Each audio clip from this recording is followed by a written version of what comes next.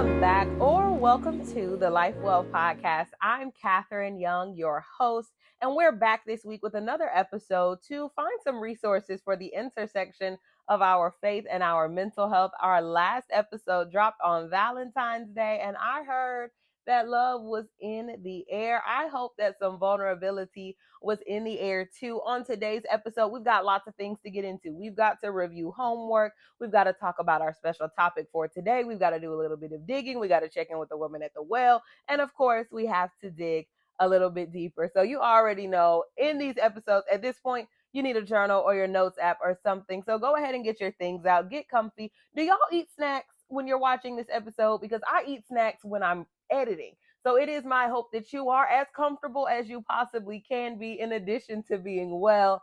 And if you're not well, I hope that you become well, and prayerfully we all stay well. Let's get into the thing.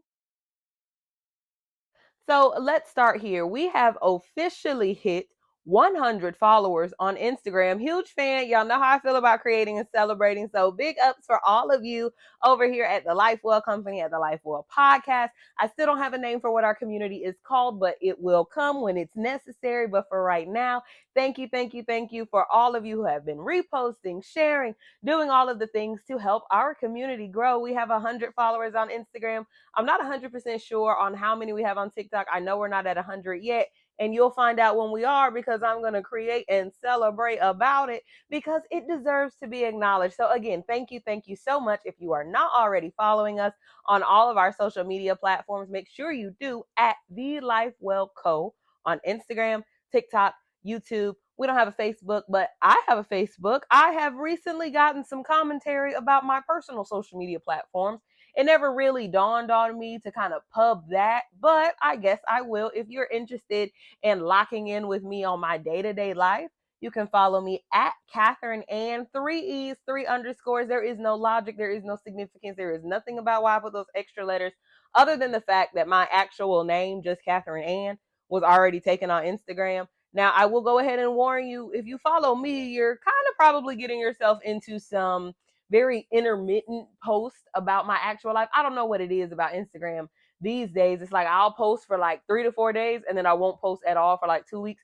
I'm working on it, because I'm posting all of the things for the podcast. But if you want to lock in with me on social media, you are more than welcome to. The most recent adventure that you would have seen if you do follow me on Instagram was Valentine's Day. Like I said, love was in the air, and I went to a ballet for the very first time in my adult life. And I absolutely loved it. It was a beautiful time. We went out to eat. We watched them dance. We saw the show. The show was called Complexions. It was hosted at a local university here in my hometown. And 10 out of 10. 10 out of 10. If you have never gone to a ballet and you love dance, you need to go see a show like the one that I did. It was a beautiful way to spend Valentine's Day. But I realized once I got home that it really did put a demand on one of my mental resources. Which one? Courage. So I initially planned my Valentine's Day because I knew that I'd be spending it alone. So I looked for things in the city to do, different things that would give me some type of joy or excitement. And then randomly one day, one of my friends asked me, "Hey, what are you doing for Valentine's Day?" And I didn't reach out to anyone about what to do with a gal pal because I didn't want to bother anybody, to be completely honest. And for her to reach out and ask me what I was doing kind of met my need of wanting to go to the ballet with someone, even though I was too afraid to ask. So I was so grateful that she reached out because we had the time of our lives. You have no idea. We went to a new restaurant. We were just acting like this wasn't even the city we lived in, like we were in New York City or something. It was a fabulous time. But in reflecting on my courage, I did kind of have to ask myself, like, why didn't you just ask somebody to go with you? Like, what would have been the biggest repercussion? Them saying no? That rejection? Ugh, that fear, right? And that brings us into our topic for today. Today, we're talking about what it's like to be scared. What does fear do to our mental health? What does fear do to our physical health? What does it do to our spiritual health and our relationship with our communities and ultimately with Christ? So I hope you have your journal out because we're getting started early. I have mine again. For those of you who reached out asking, I did not make this. No, I did not. I got this from the greatest store on earth, Target. So if you have your journal or your notes app, go ahead and get that ready because I have one very simple question for you. What are you afraid of? Okay, so very valid but very open-ended question. What are you afraid of? So let's get into it. Y'all remember last week when I told you in the power of vulnerability, I was out, I was running, I was on the trail, and I was waiting to hear, God speak to me in this strong voice and heaven's harp start to play as he gave me some context about the situation that I was going through, and that did not happen. I didn't hear God's voice audibly. Even though I did get some revelation from that encounter, you know what I did hear audibly? Footsteps, people out there riding their bikes up against the dirt. I heard animals. I told y'all I was sitting right in front of a lake. Bloop, bloop, bloop, bloop, all of these different things. And what did that make me want to do more than anything? Get up and leave. Why? Because I'm afraid. So, yes, I run outside, but I'm not a big fan of the outdoors. There's too many factors contributing to this whole situation that I am afraid of. I actually am afraid of a lot of things. So I can go ahead and answer that question. I can get us started. I'm afraid of water. I'm afraid of big dogs. I'm afraid of bridges, specifically driving on bridges. What else am I afraid of? I'm afraid of all reptiles. I'm afraid of amphibians. The list goes on and on and on. Seriously, it can go on for days. Like there's a lot of thunder. I'm afraid of thunder. It's a whole situation. There's lots of things that I'm afraid of. But you want to know what I'm really afraid of? It's not necessarily the water itself, right? Because when I used to tell people that when I was a kid, they would be like, "Oh, you're afraid of water? How do you take showers?" Ugh, I'm not afraid of water. I'm afraid of what water can do. I'm afraid of drowning. I'm afraid of things that live in water. I'm not necessarily afraid of the bridge itself. I'm afraid, or roller coasters, for example. I'm afraid of falling from high places and getting hurt, or worse, spooky ooky. I am not necessarily afraid of the dog when it's far away, but I'm afraid of what big angry dogs can do as a homeowner and a Floridian. It's not that I'm just afraid of the sound of thunder. I'm afraid of the potential damage that bad weather could have on my house or the houses of my loved ones and all of these different things. But you want to know what I'm really, really afraid of? Potential, otherwise known as the unknown, right? So y'all know I love a good definition. So let's get into these things. What is fear? Fear is an unpleasant emotion caused by the belief that someone or something is dangerous, likely to cause pain or a threat. It's to be afraid of something, anything like water, right? Or what water can do, like we previously stated, because it's likely to be dangerous or painful or threatening. So, when I started looking at the information needed for us to do this episode, I really started trying to deduce that definition into a simple phrase. And this is what we came up with.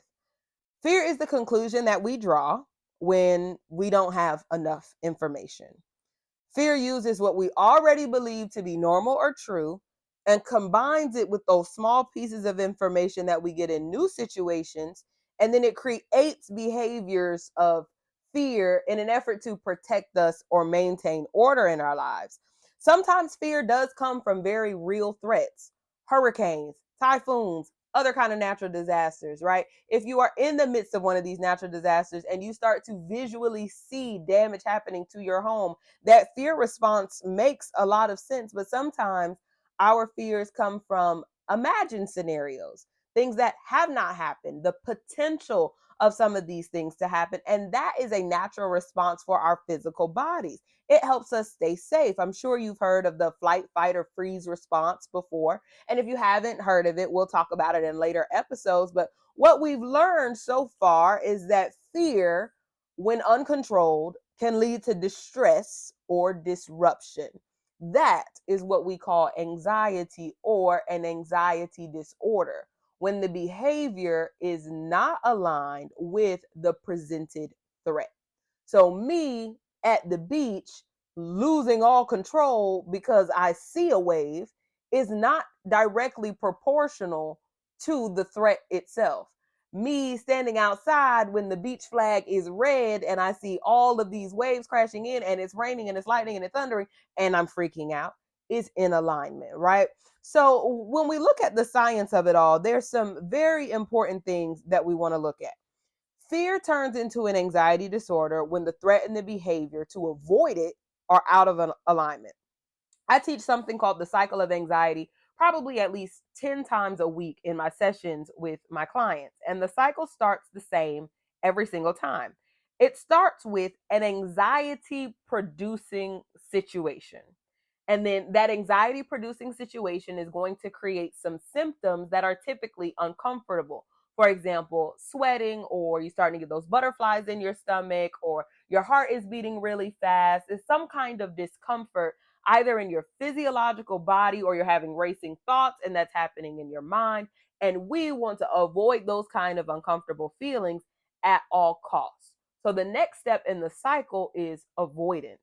And when we look at avoidance behaviors, we're really looking at anything that'll get us away from the uncomfortable feeling that I'm having. For example, if you know you have a big presentation coming up at work the very next day, you're calling out sick. You're not sick. You just don't want to do the presentation. And you get that short term relief from the fear created by those symptoms, or the symptoms that were created by the fear. And you're like, whew, dodge that bullet. The problem with the cycle of anxiety is that short term relief, it turns into long-term growth over time. So let's say your anxiety producing situation is an unhealthy relationship, or a bad partner, or something relating to your love life that makes you feel unwell. Your avoidance behavior then is going to be some kind of distraction. Either you're going to start engaging in relationships with people other than your partner, or you're going to start looking to drugs or alcohol to take some of the pain away. The problem is that's only short term relief. Step number 3, you end up in this kind of euphoric state where it's like, oh, that's not a problem anymore. I don't have to deal with it. But the problem is we are always teaching our brain something.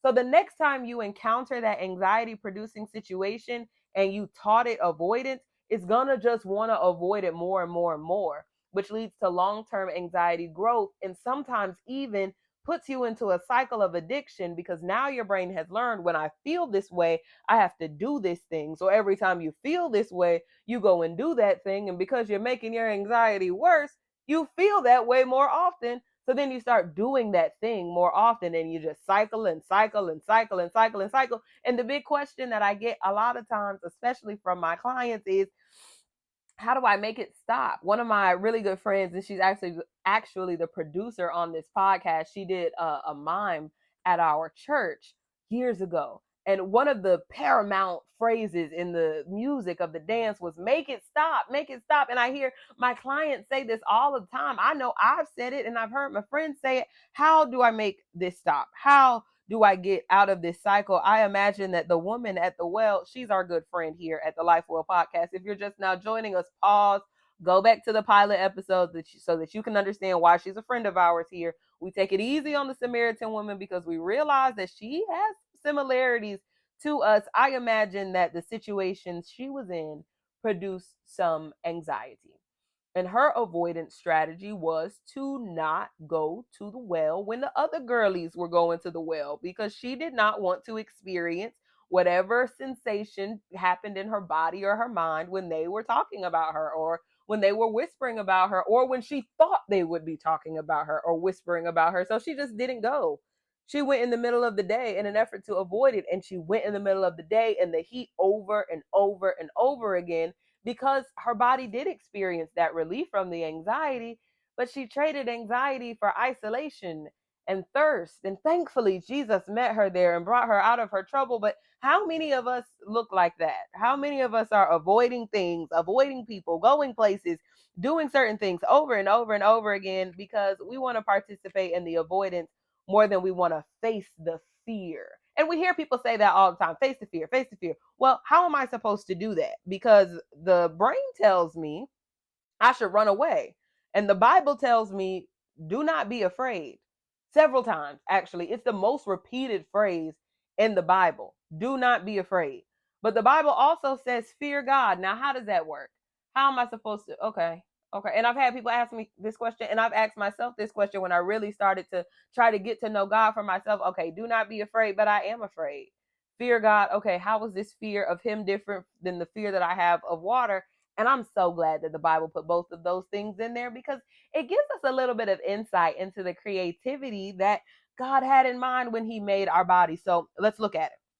There are healthy fears and unhealthy fears. Fear, as mentioned in Proverbs 9 and 10, let's read it. Let's see what it says in the Bible. Proverbs 9 and 10. It says, "The fear of the Lord is the beginning of wisdom, and knowledge of the Holy One is understanding." In the Hebrew translation, the word fear, as used in Proverbs 9 and 10, is yira. That is healthy fear. That is reverence. That is respect. That is acknowledging that he is the father of all fathers, that he is the one who knows all, sees all, has been, and will always be. And it gives us context for the fact that we should trust him and come to him with that mindset. We should fear him, knowing that he is greater, bigger, and stronger. Not like be afraid, like, oh no, God's going to just smite me, but fear him in the sense of God is so great, he's so big, I don't want to just step to him any kind of way. Now, we can come to God as we are, but we don't want to talk to him crazy. We don't want to treat our relationship with him as if it's common or normal or regular. We don't want to get too familiar with him. That is the kind of fear that is being talked about in Proverbs 9 and 10.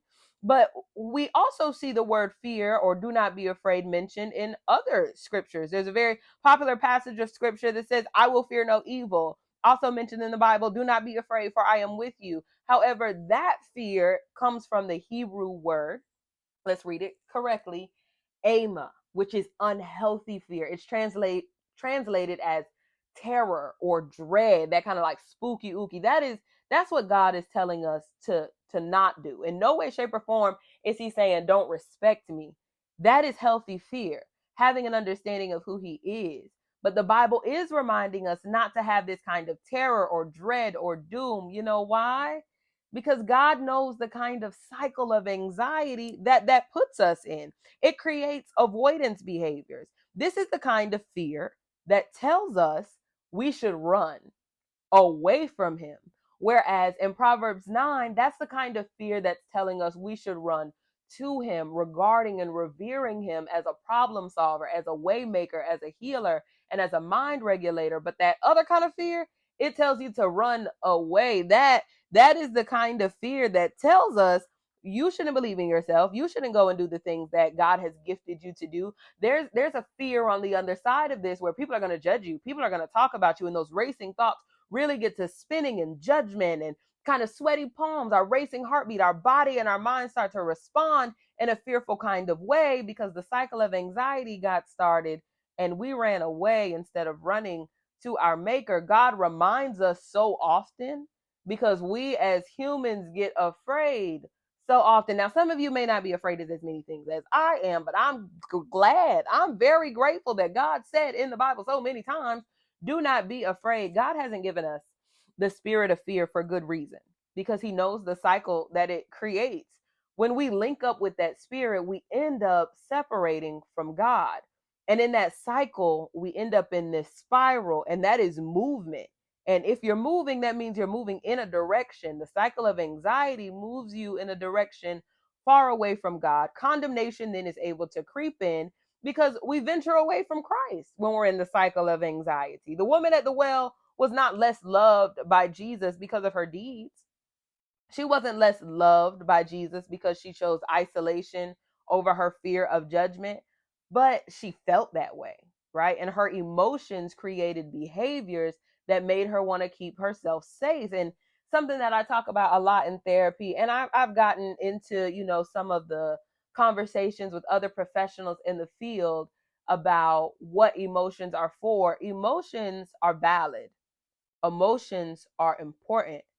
Emotions are a gauge. They are not a guide. They tell us where we are in the moment, but they don't give us much information about what we should do in order to move forward in a healthy way without context. So if you've ever gone into a building and you're like getting on the elevator and you see that sign of the map and there's a star that says you are here, that's what emotions are. And we use our emotions to be able to check in with ourselves and say, I'm feeling happy. This makes me feel good. I like the way that this food tastes. I'm getting this information through my senses, through my eyes, or through my taste buds, and I'm recognizing that I like it or I don't like it. That's what emotions do. I'm afraid, I'm nervous, I feel odd, I feel off. This makes me feel uncomfortable. This makes me feel safe. That's what emotions do. That's that you are here star. Our faith, our logic, our reason, our communities, our compassion, our courage, our connection, those are the types of things that give us information about what we should do next. But what do we like to do? We like to avoid. We like to run, much like the woman at the well, right? So we are not gonna gas ourselves up too much here. We understand what it's like to be human because we are human. So we get how the woman at the well felt, but she used her emotions as a guide, and it led her into isolation. And that isolation made her lonely and thirsty. Simply stated, she was afraid and she was sad. The hard part about this is Jeremiah chapter 2 and 13 says, my people have committed two sins. They have forsaken me, the spring of living water, and have dug their own cisterns, broken cisterns that cannot hold water. What is a cistern? It's any kind of device that they would use during this time to hold water. It could be a bucket, it could be a jug, it could be a cup. So therefore, a broken cistern would be like a cup with holes in it. You know what a cup with holes in it can't do? Hold water. It can gather it, but you're going to lose some along the way. That's what avoidance behaviors do. They fill us up for a little while. They make us think that, oh, I won't feel this pain if I smoke this, or if I drink this, or if I go this place, or if I don't go that place. If I avoid this thing, I won't have to experience the uncomfortable emotion of it, but it doesn't last very long. It's that short term relief from the cycle of anxiety which ultimately turns into long-term growth. Jesus, however, he doesn't have holes in him, right? He has holes in his hands, but he got up off the cross. He rose on the third day. He can hold us. He can fill us with what we need to be able to sustain our lives. Instead of running around in circles in the cycle of anxiety, we run to him and we tell him how we feel. We tell him, this is where I am. Where should I go next? That is how we navigate the cycle of anxiety. That is how we get out of it because he is the known thing in unknown situations. That's what I'm afraid of the most. I have a big fear of the unknown, but God knows. He knows all and he sees all, and he's able to help us out of the cycle of anxiety because our avoidance behaviors, they don't break cycles. Jesus breaks cycles. Our avoidance behaviors create cycles and break us. They break up friendships, they break up marriages, they break up businesses, they break down our bodies because our hearts are racing, our minds are circulating, our sleep is irregulated, and we cannot get into the space we need to be because our cycle of anxiety and our avoidance behaviors are taking control of our life. So, whatever your avoidance behavior is, I hope that we've got something in our mind because at some point we're going to have some homework. I want you to know that it's not building you up. It's not filling you up. It's not doing anything but breaking you down. Jesus, he's the one that breaks cycles. He's the one that makes all things new. But we have to have that kind of healthy fear about who he is in order to have access to that. We have to revere him. We have to acknowledge who he is and who we are and where we are. We have to use that healthy fear in a way to make healthy choices for our lives and our body. Healthy fear says, hey, Catherine, go learn how to swim. Take some swimming lessons. Look at the tide flags when you go to the beach. Go to the beach with someone who can swim. Wear a life vest. How about that? How about that for strategy? Healthy fear says prepare for your exam in advance. Healthy fear says apply for the program. Prepare for the interview before you get there. Healthy fear says trust that God will give you hope and a future after grief or heartbreak. That is what healthy fear does. Unhealthy fear just says run. That's it. No solutions. Just run. Keep running until you can't run no more. And from someone who has recently picked up on running, I can tell you this. Running in circles ain't never got nobody anywhere. And it never will. All right. So now let's get back to our question from the beginning. I'm going to open up I did the homework assignment in advance. So we're going to start off with Now, what are you afraid of? Now, usually we dig deeper into my life in this segment, but I want to get the reflection time started off a little bit early. Seriously, let's sit for a second. What are you afraid of? The category of the unknown is a pretty broad concept. Many people will probably agree with me in the sense of I'm afraid of what's next. I'm afraid of who I'm going to be. I'm afraid of how I'm going to pay my bills. I'm afraid of if I'll ever find insert the thing you think you'll never find here. A lot of people can agree that that is something that they're afraid of. I really started to work on my relationship with fear, unhealthy fears, when I started looking at my avoidance behaviors. Now, I am a grade A, 10 out of 10 hider. That is my go to avoidance behavior. When I feel afraid, you'll never see it because by the time you realize that I'm gone, I'm left the building, I'm in the car, I'm back home, right? If something is really, really terrifying me in a way that is going to devalue or take value away from my experience or make me experience any of those negative emotions, Catherine's going home. Or when I was a kid, I would hide in things, I would hide behind people. And sometimes we hide behind titles or we hide behind money. So let's look at avoidance behaviors and what those different things can do to our life. If you're in a room with someone who's intimidating and who makes you feel afraid, what do? Now, we know what I do. I hide. I'm either going to leave or hide behind someone or something. I'm going to be on Candy Crush on my phone or something. That is my default response. I am going to hide. If I have a big test coming up, another one of my avoidance strategies, because I'm afraid if I'll do well, counterintuitive, I'll delay. I won't study until the night before so that I won't have to experience the terror or the doom that we talked about in the last segment of the exam, or whether or not I know the information. So I'll procrastinate. Procrastinating on challenging tasks is an avoidance behavior for fears and anxiety, which gives you that short term relief and ultimately a long term growth. Let's look at my other avoidance behaviors. Something else that I do, which is kind of, I guess it comes from my childhood.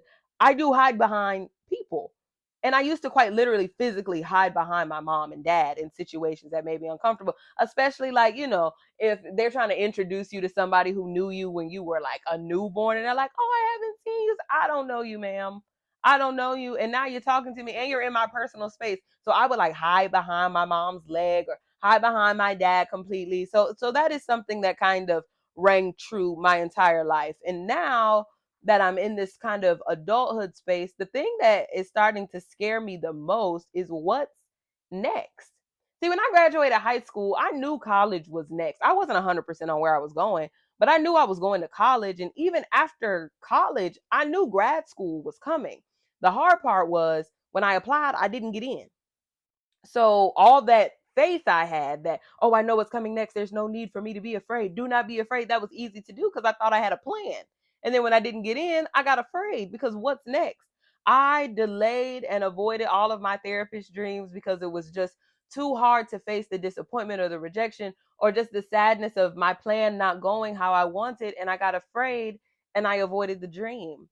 And then when I was dating, I just knew marriage was next. They sing about it all the time. All the kids know the nursery rhyme. First comes love, then comes marriage, then comes the baby in the baby carriage. But for me, it was first comes love, then comes heartbreak. Wait a second. Where's the marriage in the baby carriage? Right? I wasn't afraid when I was dating, but when the relationship ended, I got really, really scared because I don't know what's next. Hello, there's no nursery rhyme about this guy. What am I supposed to do with this fear of what am I doing or where am I going? So I started looking at my avoidance behaviors again. I convinced myself that I didn't want to be a therapist anymore when I didn't get into grad school, hiding.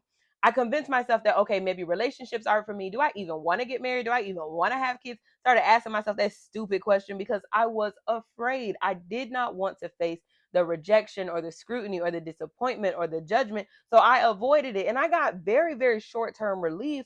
But now I have even long term, bigger anxiety about, well, will I ever get married? Will I ever have children? Would I ever be a therapist? Will I ever have the life that I want? Because I took my emotions and used them as a guide instead of using them as a gauge. and using God as a guide and using his word as the kind of thing that can get into my life. And I want you to do the exact same thing. So for our homework this week, I want you to draw out your own cycle of anxiety. And this is what something like that would look like. So I told y'all already, I'm afraid of water. So if I were to draw out my cycle of anxiety, at the top, the anxiety producing situation would be Catherine getting in the water.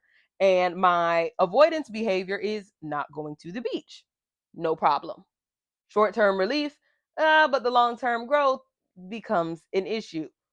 I went to Jamaica a couple of years ago, and that was the very first time I had stepped in like beach water and I felt seaweed for the very first time. Oh my goodness, I lost it. I was screaming and crying. All my friends were looking at me like, girl, what's wrong with you? Now my anxiety is even bigger because not only am I afraid of water, I'm afraid of seaweed. So no Caribbean vacations for me. I haven't been to a Caribbean island since because I am now afraid of two things. That anxiety got bigger from the short-term relief I thought not getting in the beach would do. So now I have stress because I've isolated myself.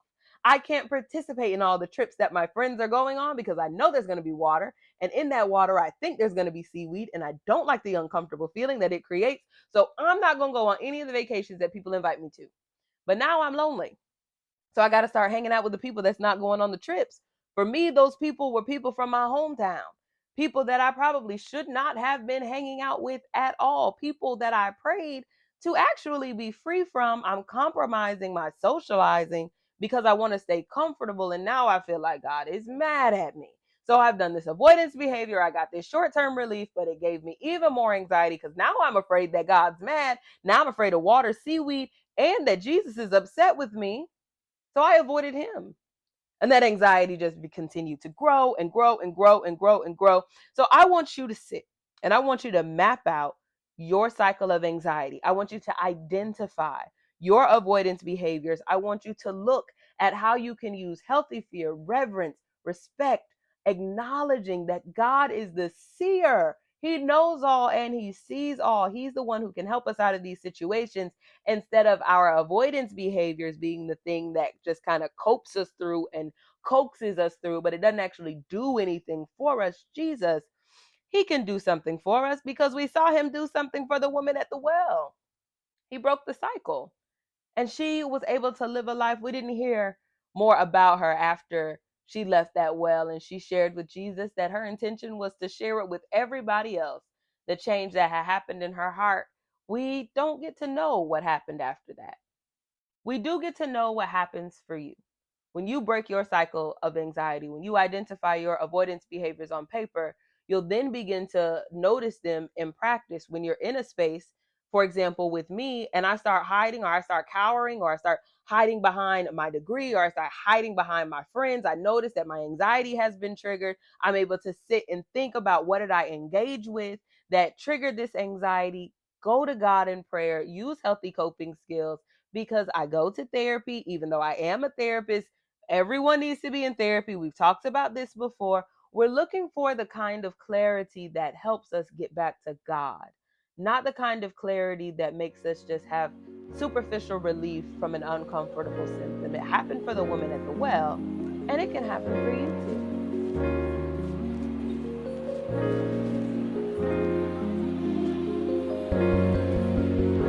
So, although this podcast does not replace seeking counsel from a professional therapist or reliable pastors or ministers and elders in your local church, I do hope that we're able to find some help right here at the intersection of our faith and our mental health. We have homework on each and every episode, and I do encourage you to share your homework assignment with your therapist or the wise counsel in your life for you to continue to gain some clarity and understanding about yourself as we all build our wellness and heal and grow and learn more about ourselves and more about God. So as always, it is my prayer that this episode found you well and hydrated and not thirsting after anything. But if it didn't, I hope that you become well and full as we seek after God and investigate ourselves and understand our cycle of anxiety and dispel our avoidance behaviors and run to him for hope and prayerfully through that process.